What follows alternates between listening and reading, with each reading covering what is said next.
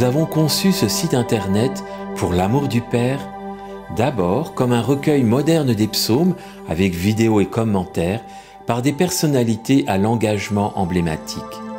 Ensuite, comme le psautier des moines et de tous les croyants qui prient tous les jours avec les psaumes la liturgie des heures. Mais aussi comme un vitrail vivant, réflexion de l'amour du Père pour un cœur à cœur avec lui, Dieu, Abba Père, Créateur et Sauveur.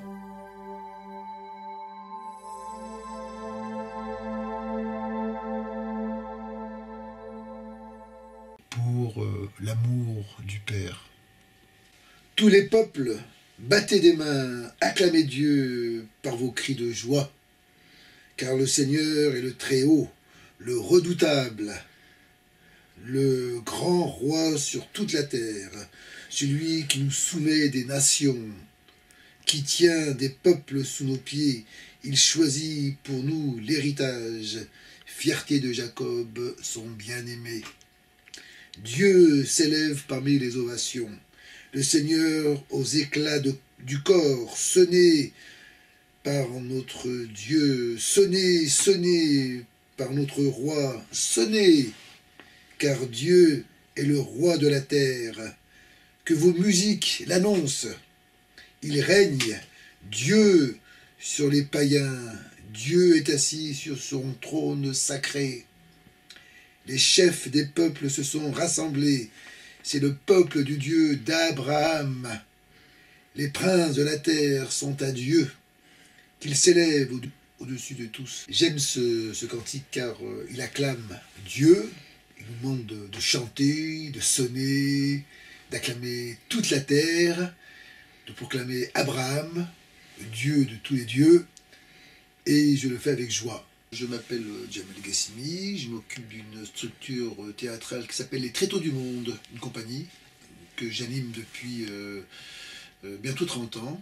Mon travail de metteur en scène est de servir des textes sacrés comme Le Petit Pauvre, une pièce sur François d'Assise, ou Bernard de Clairvaux, ou La Franchie Martin de Tours. Donc ce sont des drames sacrés, et on n'a pas de décor, il y a seulement des candélabres et 2-3 projecteurs, et on essaie de les faire vivre pour toucher un public, aller à l'essentiel. En 90, on a joué Le Petit Pauvre donc à Castel Gandolfo, devant sa sainteté le pape Jean-Paul II. Et là récemment, en 2014, on est allé à Rome avec Fratello, où nous avons donné Le Petit Pauvre et rencontré le pape François dans le cadre d'une audience privée. Voilà. Et c'est une aventure qui est différente de celle de 90. La différence, c'est qu'en 90, on jouait donc à Castel Gandolfo devant le pape et l'abbé Pierre, alors que là, on jouait au couvent du séminaire français où on a donné donc Le Petit Pauvre, et dans à l'audience privée du Saint-Père, là, on était en tant que simple auditeur. La rencontre avec le pape Jean-Paul II a été très importante puisque c'était un symbole très fort, très fort. Et puis, ce qui est très intéressant, c'est qu'il m'a invité personnellement à la messe privée le lendemain à Castel Gandolfo. Il m'a demandé de ne pas communier car j'étais à l'époque musulman. Et ça, je trouve, c'est un acte formidable de sa part. Et l'abbé Pierre était présent aussi à cette messe privée.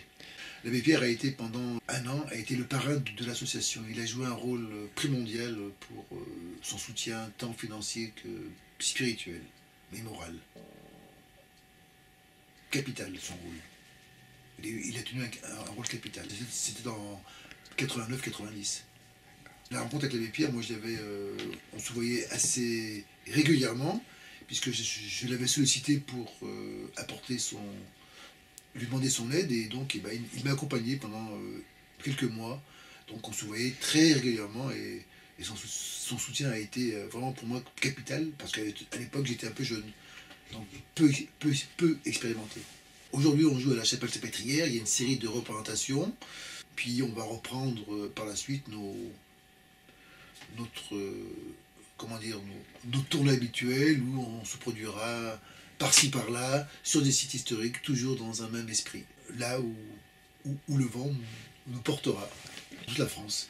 Pourquoi la Suisse? Parce que la Suisse, en 2010, on s'est produit en 2010, là, en Suisse, donc sur les 4 cantons francophones, canton de Vaud, Genève, Valais et Neuchâtel. Et depuis 2010, donc tous les 2 ans, on se produit. Et il y a des liens qui se sont tissés avec des communes, des personnes. Et il y a un ancrage solide. Et grâce à la Suisse, ça nous a permis vraiment de nous développer et d'élargir notre champ d'action. Et on doit beaucoup à la Suisse. Un peuple qui nous a reçus. Vraiment, c'est un pays dans lequel j'apprends beaucoup. Saint François est mon maître.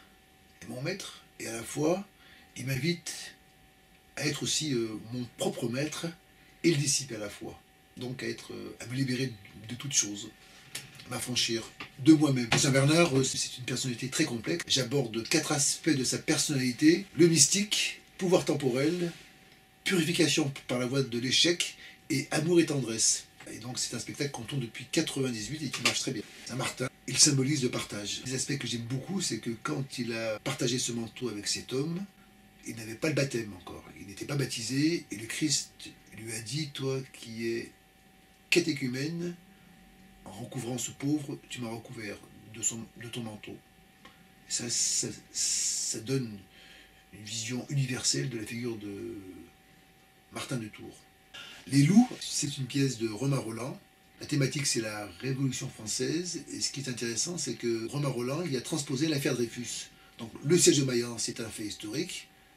Donc ça se passe au siège de Mayence en 1793, et l'autre aspect, c'est l'affaire Dreyfus. Donc ça repose sur l'injustice. On traite de l'injustice. Et ça, c'est très intéressant de traiter ça, ce sujet-là, parce que ça résonne beaucoup. Jacopo, comme dit Camus, il y a avant Jacopo et après Jacopo dans le théâtre français. Il a une dimension européenne, c'est un Européen avant l'heure, un homme qui a chassé le mercantilisme du théâtre et les interprète, d'après sa vision, et il a raison d'ailleurs, c'est au service de l'œuvre, et non pas l'inverse.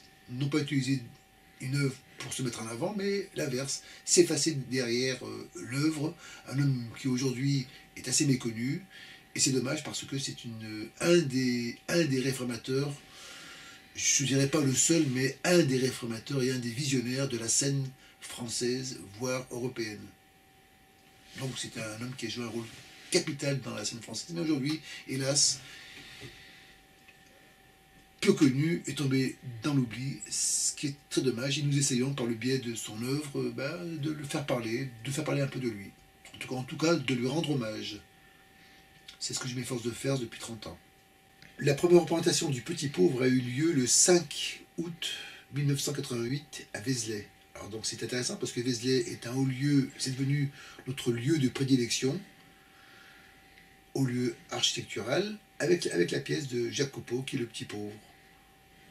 Et notre vocation, si on peut appeler ça une vocation, c'est d'être itinérant sur des sites historiques, essentiellement sur des sites historiques ou en place publique, et de donner ces drames sacrés. Voilà, donc au fil des ans, on s'est organisé pour rester fidèle dans cet état d'esprit de promouvoir l'œuvre, le drame sacré, par le biais des monuments, ou lieux architecturaux, ou places publiques. Voilà. Donc on a un lien direct, sans intermédiaire avec le spectateur. C'est-à-dire qu'on ne passe pas par un théâtre ou par un programmateur pour toucher le public. Et on le fait directement. C'est tout le but de ma démarche. M'affranchir d'un monde théâtral et pour faire la promotion de ce genre d'œuvre. Alors au début on s'est appelé le théâtre du Petit Pauvre. Puis en 2014 on l'a changé pour revenir Tréteau du Monde. Le tréteau qui symbolise le théâtre et le monde parce que nous sommes itinérants à travers l'Europe.